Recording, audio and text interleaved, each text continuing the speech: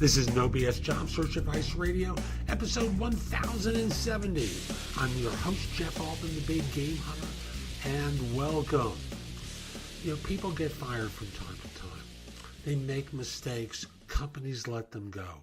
And someone asked me a question about whether or not if they just simply said, I just wasn't a good fit, if that's a good enough way to get off the schneid about having been fired.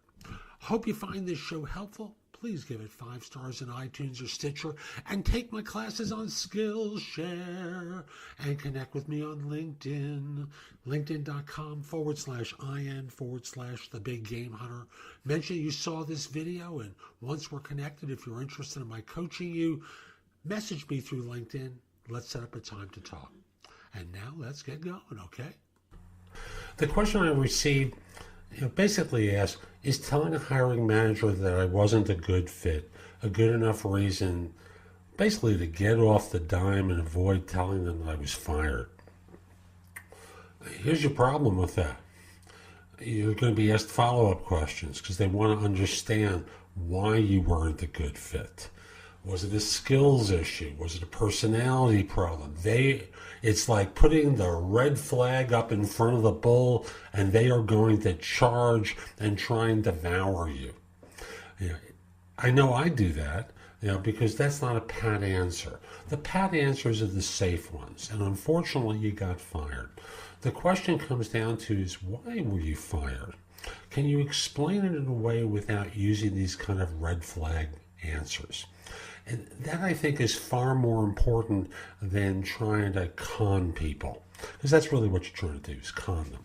And although some firms are not going to do reference checks beyond dates and wages to verify your dates of employment or approximate dates and the approximate wages that you earned, I know, there are firms that do reference checking, legitimate reference checking. They're going to want to have the name and phone number of your previous manager.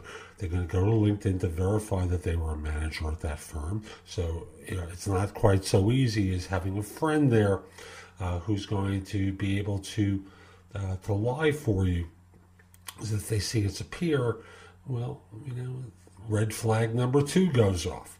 So what's more important isn't that you weren't a good fit, because I think that's a problem answer. But it's more important how you explain things, either after you say that or you talk about you being fired. My boss and I had a professional disagreement, and for some reason that I can't explain, I made a case for mine.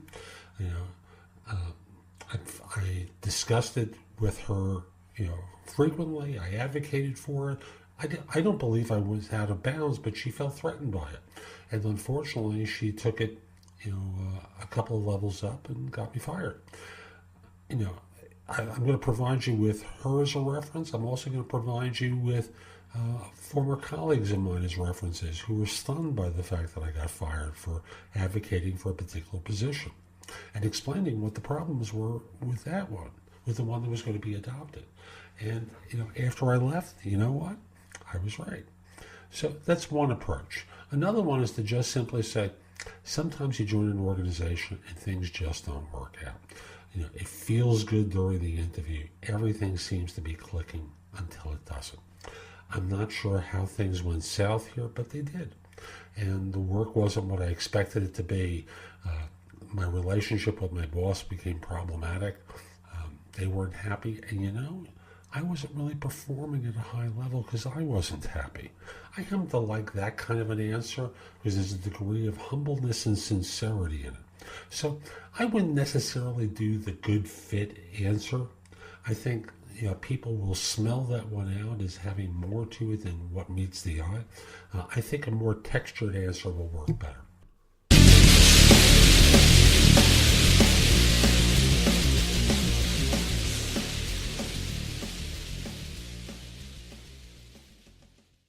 We only have 30 seconds to describe the newest specialty flavor in the Signature Crafted Recipes collection by McDonald's, Garlic White Cheddar. It starts with crispy, juicy, and delicious buttermilk chicken, layered with a dramatic drizzle of delicious, delectably creamy garlic aioli, a crunchy medley of crispy garlic chips, topped with a slice of melty white cheddar cheese, finished with iceberg lettuce and a juicy tomato slice all between a soft, warm artisan roll.